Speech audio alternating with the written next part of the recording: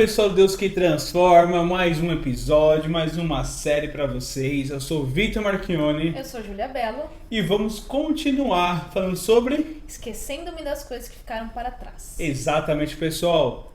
Vou dar uma boa notícia para você.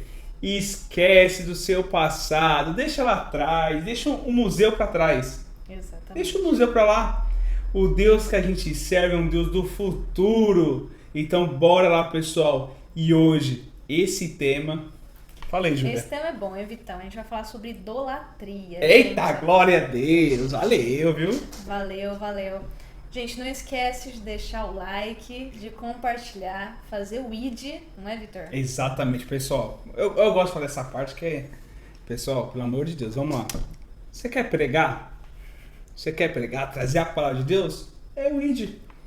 Compartilhar essa live, esse momento do YouTube, esse vídeo, porque a gente está falando sobre a palavra de Deus. Exatamente. Que transforma vidas.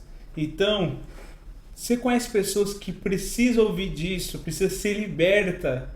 Compartilha com a sua família, com seu amigo, com seu professor, com a sua namorada, com a sua futura esposa. Então não perca essa oportunidade. Vai lá, compartilha, sabadão só. Bora! Exatamente. Bom, Vitor, a gente vai falar sobre idolatria, a gente vai começar dando um panorama geral, né? Falando mais sobre a história, toda a questão da Bíblia, falando sobre uma transição que aconteceu aí de físico para espiritual, e a gente vai chegar no final, que o final é a definição de idolatria, que é o seguinte: tudo aquilo que tira Deus do trono do seu coração. Essa é a definição de idolatria, tá? Então a gente vai começar com Êxodo 32, 3, 4. Vou ler. Então todo o povo arrancou os pendentes de ouro que estavam nas suas orelhas e os trouxeram a Arão. E ele os tomou das suas mãos e trabalhou o ouro com um buril e fez dele um bezerro de função. Então todo o povo arrancou os pendentes de ouro que estavam nas suas orelhas e os trouxeram a Arão. Ele os tomou das suas mãos e trabalhou o ouro com um buril e fez dele um bezerro de função. Então disseram: este é teu Deus, ó Israel, que te tirou da terra do Egito. O que estava acontecendo aqui, Vitor? Moisés estava lá no monte com Deus. A Bíblia vai falar que Deus escreveu os 10 mandamentos na pedra com o próprio dedo, né? Então Moisés estava lá no monte com Deus e o pessoal estava embaixo, né? Os versículos anteriores vão dizer que o pessoal estava lá embaixo, o povo de Israel, falando: gente, mas cadê Moisés? Ele abandonou a gente? Cadê Moisés? A gente não tá vendo. E Moisés estava lá com Deus, lá no monte, né? E aí Arão meio que ficou responsável por aquele povo lá embaixo, né? O povo de Israel. E eles vão falar: cadê Moisés? Né? Que tá lá, não voltou, sumiu. E aí eles vão falar para Arão. Arão sabia de tudo que Deus estava fazendo. Arão é uma das pessoas que mais aparece em Êxodo, depois de Deus, obviamente, e de Moisés. Porque Arão estava do lado de Moisés. E Arão ficou responsável, querendo ou não, por aquele povo. Né? E daí o povo vai falar: Arão, faz pra gente um bezerro de ouro, pra gente adorar. E Arão faz o quê? Que já sabia de tudo que estava acontecendo e que Deus estava operando. Arão vai lá e fala: então traz brinco, traz tudo que vocês têm de ouro aí pra eu fazer um bezerro. Nossa. E daí Arão faz um bezerro e o povo diz: este é teu Deus, ó Israel, que te tirou da terra do Egito. Então olha só, eles estavam vendo o que Deus estava fazendo. Deus tirou o povo da terra do Egito. Eles viram tudo, eles fazem um bezerro de ouro e falam: este é teu Deus, que te tirou da terra do Egito. Nossa, você vê que eles pegam qualquer coisa, né? Tipo, qualquer coisa. Qualquer estilo, é ouro, tá? Então a gente vai colocar isso como um nosso Deus que libertou a gente, né? Exatamente. A ingratidão, né? A idolatria traz a ingratidão, né? Exatamente. E o que a gente quer falar com isso agora? O que antes, né? Então, naquele monte a gente estava com Deus e com as tábuas de pedra, né? Com os 10 mandamentos. E lá embaixo a gente tinha o bezerro de função, o bezerro de ouro. E tudo isso é muito físico, né? A pedra, as tábuas, né, com os 10 mandamentos, o bezerro de ouro lá embaixo, muito físico, né? O pessoal idolatrando aquilo, né, o bezerro, e tudo muito físico. A partir do momento que Jesus vem e que rompe o véu é como se fosse o limite, né, entre o espiritual e o físico. Então Jesus, o que ele faz? Ele vai romper esse limite.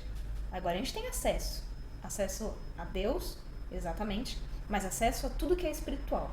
Hoje a gente tem acesso. Então Jesus, ele vai vir, vai romper o véu, ele vai dar para nós, né, vai vir pra gente o Consolador, que é o Espírito Santo, e que faz com que nós tenhamos acesso direto com Deus, mas junto com isso também vem toda a parte espiritual. Então houve um romper muito grande e houve uma transição das coisas, né? Então o que antes era físico, o bezerro, físico, né?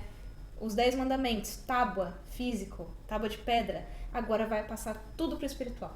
Então, aqui, em 2 Coríntios 3:3 vai falar: porque já é manifesto que vós sois a carta de Cristo, ministrada por nós e escrita não com tinta, mas com o Espírito de Deus vivo, não em tábuas de pedra, mas nas tábuas de carne do coração. O que ele está falando aqui é o seguinte: aquilo que ele está fazendo referência, né, aos 10 mandamentos, né, ou tábua de pedra, né. E agora ele fala, por meio do Espírito, agora esses mandamentos, todas essas leis são escritas nas tábuas de carne, que é o coração.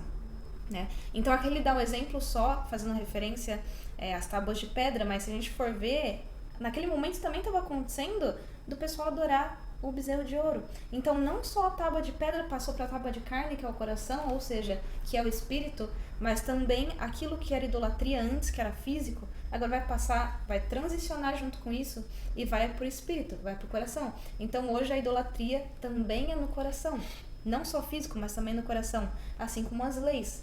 A gente tem papel, a gente tem físico, mas a gente tem no coração, né? Então, houve uma transição muito grande. A gente tem que entender isso para entender que idolatria é tudo que tira Deus do trono do seu coração. Nossa, é verdade, né, Júlia? Essa foi uma coisa que é muito interessante. Quando a gente tira o nosso foco em Deus e começa a querer preencher isso, a gente continua vazio. Exatamente. A gente continua da mesma forma que a gente está. Exato. Por quê? Porque a gente tirou o centro de tudo. A gente tirou aquilo que a gente crê. A gente precisa ver que a própria palavra fala: ei, não é necessário você ver, mas você crê. Todos aquele que crê será salvo. Então você só precisa crer. Pessoal, é muito forte isso. O povo aqui de Êxodo, eles foram tão ingratos, porque Deus guiou eles a todo momento. Mas chegou um momento que eles não viram mais Moisés, uma pessoa, um homem. E eles se sentiram abandonados. Você vê quando a gente idolatra alguma coisa visível e a gente não vê mais aquilo, a gente se sente só. Exatamente. A gente se sente abandonado por aquilo. E eles sentiram por direito necessidade de fazer algo. Pegar o ouro, porque o ouro é algo muito que tinha um valor, algo de valor, fizeram um bezerro, para quê? Para adorar isso. Ah, quem libertou foi o bezerro. Exato. Quem me libertou dessa caminhada, quem me libertou? Não. A gente tem a certeza daquilo que a gente crê. A gente não precisa ver, né, Júlia? Exatamente. A gente nunca se sente só. Exato. Porque a gente é preenchido pelo Espírito Santo. A gente é preenchido por um amor que não acaba. A gente é preenchido por isso. Então a gente não troca. Ah, Deus me deu uma vitória, conquistei algo. A gente vai glorificar. A gente faz o quê? Um culto de ação de graça. Exatamente. Chama os amigos, faz aquele churrasco, porque a gente é uma forma de agradecer a Deus. Então, quando a gente idolatra algo, a gente é ingrato também. Exatamente. A idolatria, exatamente, Victor. Exatamente. Traz esse sentimento de idolatria, de ingratidão, né? Porque a gente coloca o foco no que é a fonte, que Deus era a fonte, e a gente pode pensar até nos brincos de ouro, tá? A gente pode pensar nisso. Quem era a fonte? Quem deu aquilo para aquele povo? Deus. A gente vai lá, a gente tira o brinco de ouro, a gente faz um bezerro de fundição e fala: esse aqui foi quem me tirou. Na verdade, o final, a gente pega do final o que toma como raiz, né? Toma como a fonte, né? Então a gente vai falar que o brinco de ouro que fez um bezerro, a gente fala: o bezerro foi quem me tirou de tal situação, sendo que quem deu aquilo foi quem te tirou da situação. E a gente vai continuar isso daqui, né, mais pra frente. Mas vamos lá. Eu quero falar um pouco agora o que Jesus fala sobre a idolatria, mas ele vai deixar bem claro a questão do dinheiro. E depois, em Colossenses, vai falar isso novamente. Mas aqui, Mateus 6:24. Ninguém pode servir a dois senhores, pois odiará um e amará o outro, ou se dedicará a um e desprezará o outro. Vocês não podem servir a Deus e ao dinheiro. É interessante, porque essa versão minha aqui, ela coloca dinheiro com D maiúsculo. Justamente porque Jesus está falando, olha, se você serve a dois senhores, Deus com D maiúsculo. E ao dinheiro, bom, se é dois senhores, então tá faltando um além de Deus, que é o dinheiro, né? Por isso que coloca como D maiúsculo. Mas eu acredito que tem uma parte da Bíblia que fala que Jesus diz, né? Eu tenho muita coisa ainda para falar para vocês, mas vocês não estão preparados. E eu acredito que, assim como o versículo que eu trouxe da vez passada aqui, que era sobre comida e sobre roupa, e que Jesus, na verdade, está falando muito além, só que era o que estava entendível para aquele povo naquela época. Aqui eu acredito que também é isso, né? Porque ele vai falar, você não pode servir a dois senhores, você odiará um e amará o outro. Daí ele vai falar sobre Deus e o dinheiro. Claro, o dinheiro ele é quem vai te trazer poder. Até hoje, né? As pessoas se sentem poderosas com dinheiro e o dinheiro tem esse falso poder, né? Querendo ou não. Mas eu creio que Jesus está falando de muitas outras coisas, né? Muito mais do que o dinheiro. É dois senhores, Deus e qualquer outra coisa que tira Deus do trono dele, né? Que divide o trono dele. Gente, Deus não pode dividir o trono com ninguém. Ele não divide a glória dele com ninguém. Não divide. E por isso que ele fala de dois senhores. Eu sempre falo que a gente tem que imaginar o seguinte. Um trono só no nosso coração. É Deus que está ocupando? Pensa. Já vai pensando aí. É Deus que está ocupando? Não. Então, se analise. Talvez seja uma idolatria aí. E aqui Jesus deixa bem claro os dois senhores, porque ele tá na cabeça de um só trono, que pertence só a Deus. Se você tem dois senhores, tá sobrando um, então Deus tá dividindo o trono dele, e Deus não pode dividir trono. Não divide, porque é assim, né, Júlia? Quando a gente divide, é a mesma coisa. Você tá com seu namorado, você vai dividir ele? De forma alguma. Não vai dividir. Por quê? Porque você quer atenção. Você quer ele 100%, entregue a você 100%. Deus é a mesma coisa. Exato. Tem coisas, pessoal, que a gente não deve dividir. E principalmente a presença de Deus na sua vida. Exato. Olha como que é forte isso. A Júlia acabou de ler aqui em Mateus. Ninguém pode servir a dois senhores. Não tem como. Você vai agradar um, desagradar o outro. Você vai estar errado. Ei, escolhe um lado, escolhe servir a Deus. Estamos aqui falando de um Deus vivo. Exato. Um Jesus que morreu numa cruz. E nem a morte conseguiu vencer ele, porque ao terceiro dia ele ressuscitou. Então é esse Deus que a gente serve. Não é um Deus de um bezerro de ouro. Não é um Deus de Baal, onde que Elias é uma história que eu mais gosto. Cara, Elias ali foi era um profeta de Deus. O povo de Israel ali começou a ter um momento ruim espiritual porque começou a acreditar em outros deuses. Uns deuses apagões, um deus de Baal. E ali ele desafiou, chamou Acabe. Presta atenção, meu filho. Chama todos esses profetas aí e diz que é profeta. Chama todo mundo, deixa ninguém de fora. E vai me encontrar, sabe aonde? Lá no Monte Carmelo. E ali a gente vai resolver. Qual Deus? O Deus verdadeiro.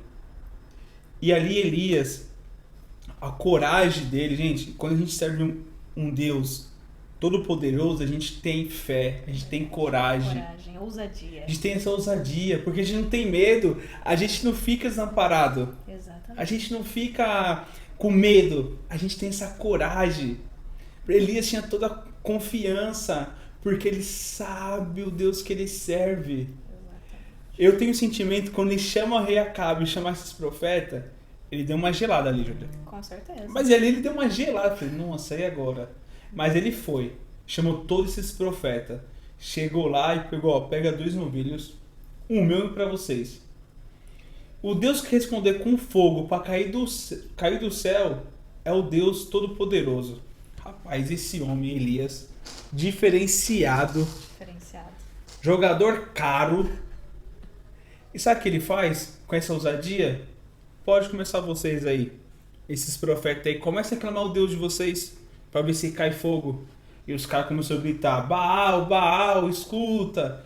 E Elias ali. E ficou ali, ficou ali. E eles começaram a gritar mais alto. E eles falaram assim, gente, posso dar um conselho pra vocês? Não só um conselho. Grita mais alto pra ver se o Deus de vocês escutam. Porque às vezes pode estar dormindo, pode estar de férias, pode estar dando um rolê, pode estar descansando, pode estar dando um rolê. E às vezes não está escutando. Então vai mais alto. E começar a gritar mais alto. E começar a ficar nervoso. E começar a ficar irritado. E Elias com a paz. A paz, Vitor, a paz. Ele tem a paz com ele. Exato. Ele falou, agora parou a palhaçada, tudo tem seu limite, Exatamente. tudo tem seu limite, agora é minha vez. Pegou aquele novilho, colocou ali.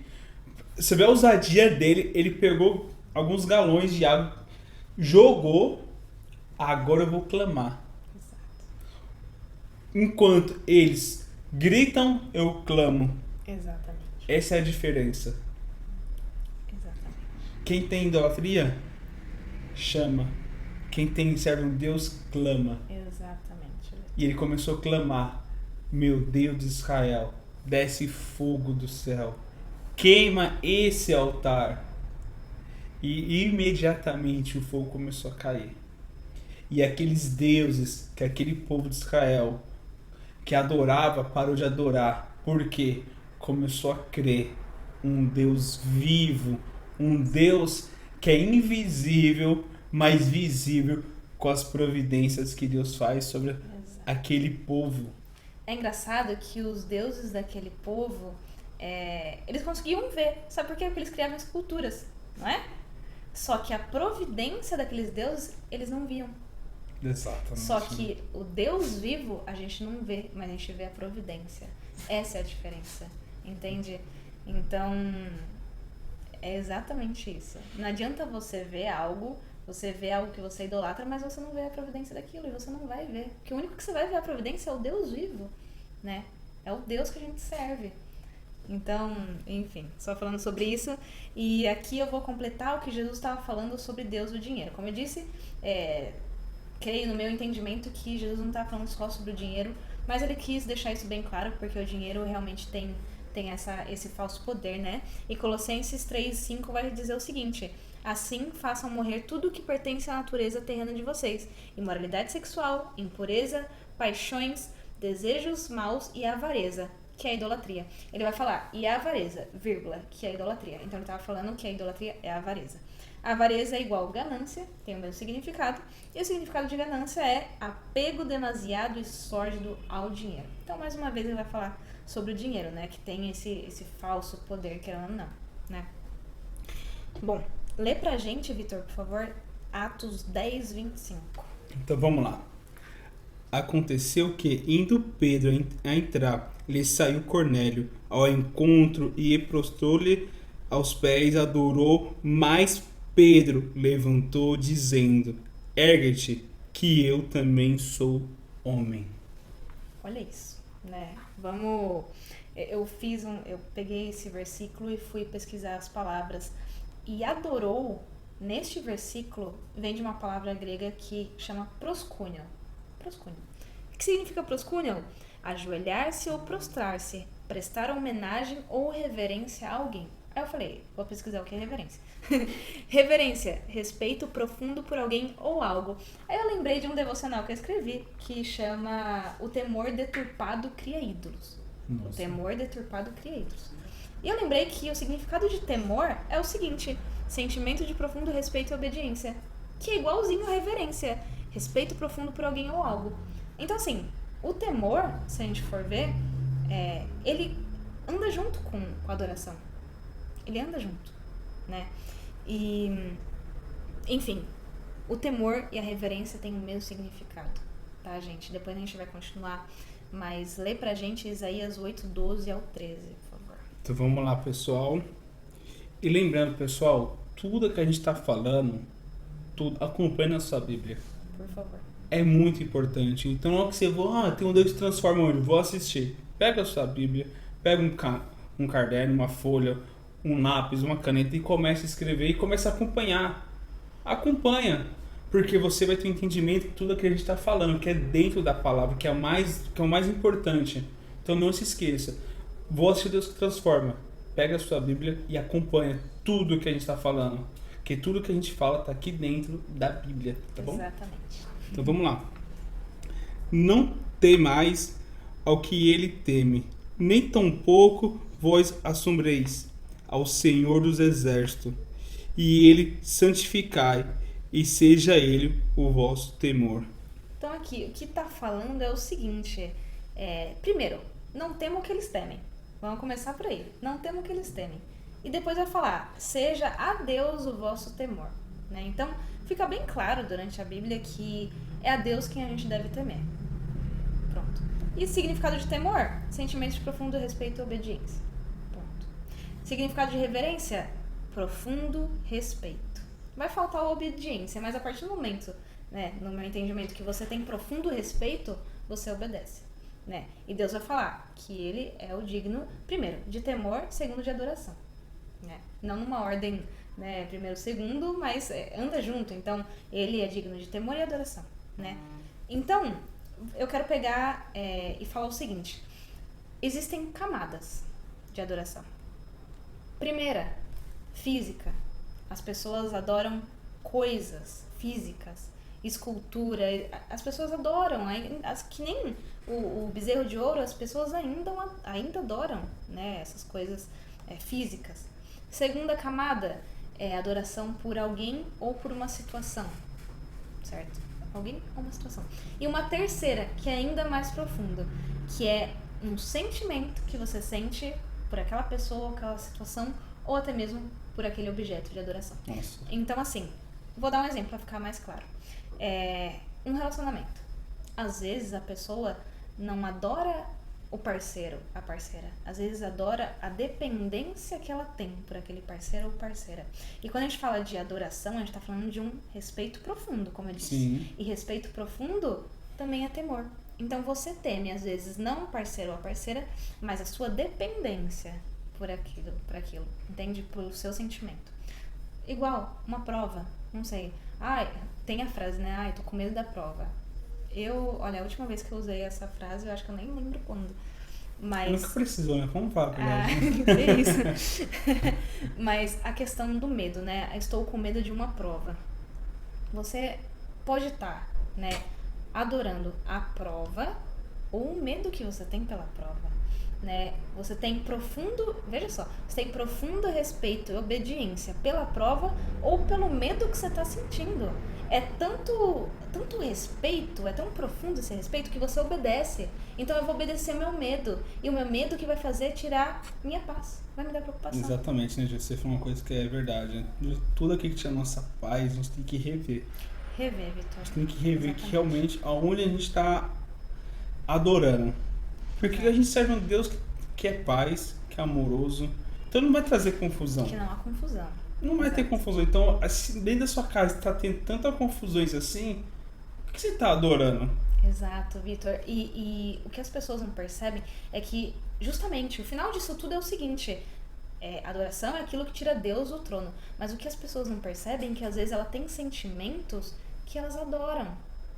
Sentimentos que elas adoram. Elas pensam, eu não tô adorando tal pessoa. Tá, mas você tá adorando o sentimento que você tem por aquela pessoa. Seja dependência, seja o que for. Eu não adoro a minha faculdade. Mas você tá com medo da faculdade. Não entendi. Você tem tamanho profundo respeito que você obedece ao medo que você tá sentindo por aquela faculdade, por aquela situação, não importa. Mas existem 3 camadas, e isso é fato. Se a gente for realmente estudar e a gente for ter a revelação do que é adoração, a gente vai ter essas 3 camadas. E a gente tem que prestar muita atenção, porque ela é sutil. Muito, Julie. E outra, gente. Quando a gente fica preso em algo, a gente fica dependente daquilo. Quando a gente tem preso a sentimento, a gente sofre por aquilo. Às vezes, você está num relacionamento que te machuca tanto, que às vezes você sofre agressões, às vezes verbais, físicas, mas você está preso a um sentimento, você acaba idolatrando isso. Por quê? Porque você está vivendo num passado quando você conheceu a pessoa. Exato. Quando você conhece, então você fica preso a isso. E o tema da nossa série é esquecendo das coisas que ficaram para trás. Se isso está trazendo tá te machucando, a única coisa que pode te libertar é Deus. É um Deus que deixa você livre de tudo isso. Tão livre que você pode se libertar disso. E eu tenho um outro versículo aqui que vai falar o seguinte, Apocalipse 22, 8, 9. E quando as ouvi e vi, prostrei-me ante os pés do anjo que me mostrou essas coisas, para adorá-lo. Então ele me disse, vê, não faças isso, eu sou conservo teu, dos teus irmãos, os profetas, e dos que guardam as palavras deste livro. Ponto. E o anjo diz, adora a Deus. Então ele deixa bem claro, né? Aqui é João, tá na visão de Apocalipse, e ele vai lá e adora o anjo, deixa bem claro, para adorá-lo. Ele se prostra para adorá-lo. E o anjo vai falar, levanta-te e adora a Deus, que eu sou conservo teu. Então, é interessante esse ato, porque aqui João se prostrou, ele realmente se curvou, né? Só que nem, né, que a gente tava comentando, que eu gosto de estudar análise comportamental.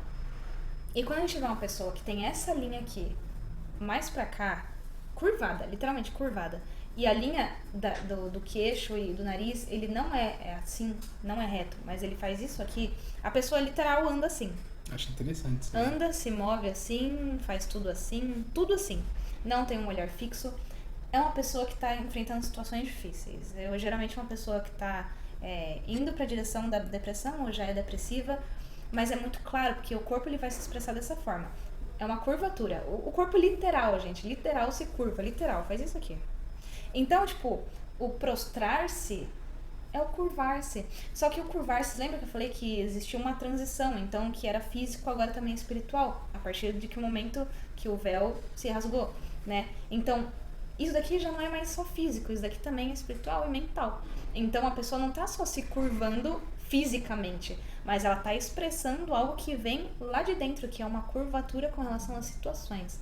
Ela tá passando por uma situação difícil, ela tá se curvando diante da situação difícil. E se curvar diante de algo é adorar. E adorar é temer, respeito profundo e obediência. Ela tá obedecendo ao sentimento de medo pela situação. E aqui, né, Júlia, a gente serve um Deus de fé, não um Deus de medo. Exato. E não é Deus de confusão. Exatamente. Então, pessoal, esse medo não vem de Deus. Esse medo que você sente, cara, esse medo te paralisa para você dar um passo na sua vida. Exato. Esse medo te paralisa para você ver algo novo diante de Deus. Esse medo paralisa para você viver um relacionamento novo diante de Deus. Exatamente. Então esse medo, sabe o que você faz com esse medo? Fecha a porta do seu quarto e vai orar. Tem esse secreto com Deus. Porque eu tenho certeza, quando você tiver essa intimidade com Deus, de fechar a porta do seu quarto, você vai sair desse quarto transformado, com uma fé renovada, esquecendo das coisas que ficaram para trás. Então, essa situação, essa idolatria que às vezes você vive, que a gente, às vezes você nem percebe que você está vivendo isso. Não, Vitor, não percebe. Às vezes você não percebe, você fala, caramba, não tem nada a ver. E vendo esse vídeo, você fala, nossa, realmente, eu fico preso a isso. Tudo que traz algo que você fica preso é algo que você fica idolatrando muitas vezes. Exato. E o que eu sempre falo diante dessa situação é autoanálise. Gente, autoanálise. Tirou sua paz? Te preocupou? Se analise. Porque Deus, ele não é Deus de preocupação. Ele não é Deus de confusão. Exatamente. Tirou sua paz, Jesus vai prometer a paz que excede todo entendimento. Tirou a paz que excede todo entendimento, toma cuidado. Porque Jesus, ele falou que a gente teria aflições. Mas em momento algum, ele falou que ele não estaria com a gente nas aflições. Momento algum ele falou que tiraria a paz, né, em meio a essas aflições. Muito pelo contrário, ele fala, mas eu venci o mundo e deixo-vos a paz e vai falar aquilo. Então, momento nenhum ele falou que tem as aflições e ele vai tirar a paz. Não, muito pelo contrário. É a nossa fraqueza que somos fortes, como diz Paulo. Então, é a nossa fraqueza que ele vai dar paz e que ele vai realmente operar. Então, sempre que eu falo, gente, sobre isso, é autoanálise. Jesus vai falar que conhecereis a verdade vos libertará. Eu quero que você pegue aquilo que me preocupou. Me preocupou tal coisa. Vai na raiz. Tenta entender. Está temendo e adorando um sentimento, uma pessoa, uma situação, sua faculdade, seu trabalho. O que você está temendo e adorando? O que está tirando Deus do trono dele no seu coração? Entendeu? Faça essa análise. Que eu falei, Jesus fala que a verdade vos libertará. Satanás, ele se aproveita da liberdade que você não teve, da verdade que você não descobriu. Então, faça essa autoanálise, veja qual é a verdade, qual é a raiz do que você está sentindo. A raiz daquilo é a verdade. Peça né, que Deus te guie nisso para você descobrir a verdade e a raiz disso tudo. A partir disso você vai ser liberto, que Satanás não vai poder se aproveitar. Exatamente. Entende? Exatamente nisso, pessoal. Hoje você é livre. Você é livre para adorar a Deus. Você é livre para ser feliz. Ei, tudo que traz dor, sofrimento, tristeza pro seu coração, cara, é um exemplo. Essa caneca não vai te trazer paz. Seu cachorro não vai trazer paz. Aquilo que você adora não vai trazer paz. A única paz que a gente tem é com Deus. É com Deus. Seja livre disso. Júlia, você tem saudade do seu passado? De forma alguma. Você quer viver seu passado? Tá amarrado em nome de Jesus. Seja a Júlia. O exemplo da Júlia. Ela não quer viver o passado dela. E o seu passado é um museu. Fica lá atrás. A gente nem visita. A gente nem precisa visitar. Porque o Deus que a gente serve é um Deus de futuro. E um Deus de novidade, Victor. É Deus de novidade. Eu falo que a Bíblia ela é mais real e ela é mais atual do que o jornal que vai sair amanhã. Mas muito, nossa. Muito mais. Então, assim, Deus, ele é um Deus de novidade. Até coisas tipo, a experiência que eu vivi com Deus, sei lá, ano passado. Ele tem algo novo, gente. Ele tem algo novo. Deus, ele se renova, ele é criativo. Olha algo interessante, né? Deus já operou milagres atrás e muita gente fica presa somente naquele milagre. Exatamente. E Deus pode operar vários milagres hoje, amanhã, todos os dias. Apenas você crê. Ah, mas eu preciso ver. Não, é só crer. O único que precisou crer ver foi Tomé. Tomé foi ousado, falou assim, eu preciso ver. Tá bom, tá aqui. E imediatamente ele ficou calado. Exatamente. Ele fechou a boca e falou, não, realmente. Ei, servir a Deus é isso. É andar sobre as águas. É sem limite. Júlia, a gente já tá encerrando. Deixa um recado pro pessoal. Daquilo que você já viveu, daquilo que você tem experiência. Qual recado você daria pro pessoal? Gente, não coloque a sua fé, o seu temor, a sua adoração naquilo que Deus te dá. Entende? Às vezes a gente pega aquilo que Deus deu e fala, assim como o pessoal de Israel falou, esse é o nosso Deus, aquele que nos tirou, né, do Egito. A gente pega aquilo que Deus deu, no caso, para eles foi o ouro que eles fizeram bezerro, e fala, isso que nos tirou do Egito. E na verdade não foi Deus. Então, não pega aquilo que Deus te deu e adora aquilo. Não faça isso, por favor. Porque Deus é fonte. Ele tem algo novo. Além dele já ter te dado, ele ainda tá te dando, ele ainda tem coisas novas para te dar. Ele tem um plano tão lindo de salvação. Amém. Que no final você vai estar com ele. Amém. Entende? Nos céus. Então, se apegue a isso. Num Deus de novidade, gente. Eita, glória a Deus, hein? E a produção, top ou não? Top, glória a Deus! Essa produção, hein? Essa produção é top. Nossa produção hoje é diferenciada, tá? Aqui, até foi assim, né? Se a gente passar mal, já tem um médico aqui, né? Que é o nosso doutor. Se a gente desmaiar e tal, nós temos o doutor Caio Corá aqui com a gente. Exatamente. Então, a gente tá tranquilo, gente. Então, a gente pode... A nossa saúde tá garantida. Tá garantida. Gente... Top demais, Júlia. Muito obrigado por você compartilhar esse momento com a gente. Amém. Essa sabedoria que você tem. Que fala, meu Deus do céu, pai. Dá 1% pra mim, sim. Muito obrigado. Você é diferenciada, Júlia. Amém. Você é top demais, viu? Muito obrigado. Pessoal, esse é o Deus que transforma. Então não se esqueça. Compartilha. Júlia, fala onde que você pode achar? Gente, Spotify, YouTube, faz o ID em nome de Jesus. Meu Deus do céu, faça isso, meu povo, minha pova, seus lindos, suas lindas. Então compartilha, tá bom? Fique com Deus, um beijo no coração de vocês, que Deus te abençoe.